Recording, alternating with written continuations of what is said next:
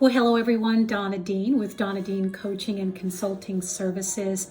And I am on a mission to inspire and equip leaders to collaborate with subject matter experts around the world to really champion this mental health in the workplace movement through having these tough conversations and collaborating, educating, so that we can all move in unity towards action.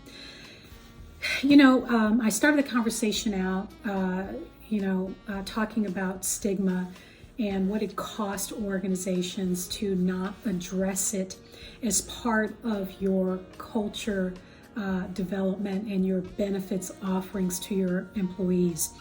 What's interesting when you look at these statistics, can't talk today, according to these statistics here of late, and you may have heard these, 1 in 5 adults experience mental illness. That's 476 million people. 1 in 25 in the United States experience serious mental illness. That's over 11 million people. And interesting enough, only 43% of those individuals actually receive treatment. And it's staggering when you look at the impact on the African American community.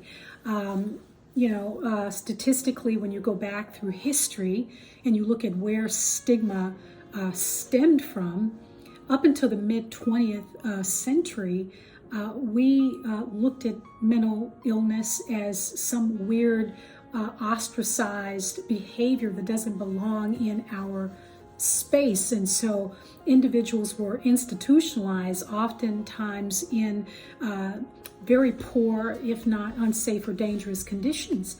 Back in the day, it was looked at as religious punishment. And now you fast forward, I don't know that we've moved too far forward in that.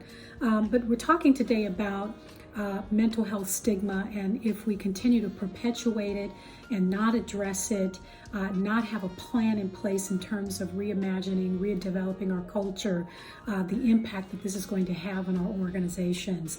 As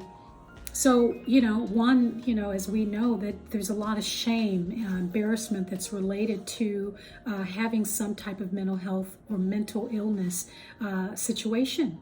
People feel shame, they are embarrassed, they feel that their image is tainted and they're not going to be looked at as a valuable contribution or contributor to the organization.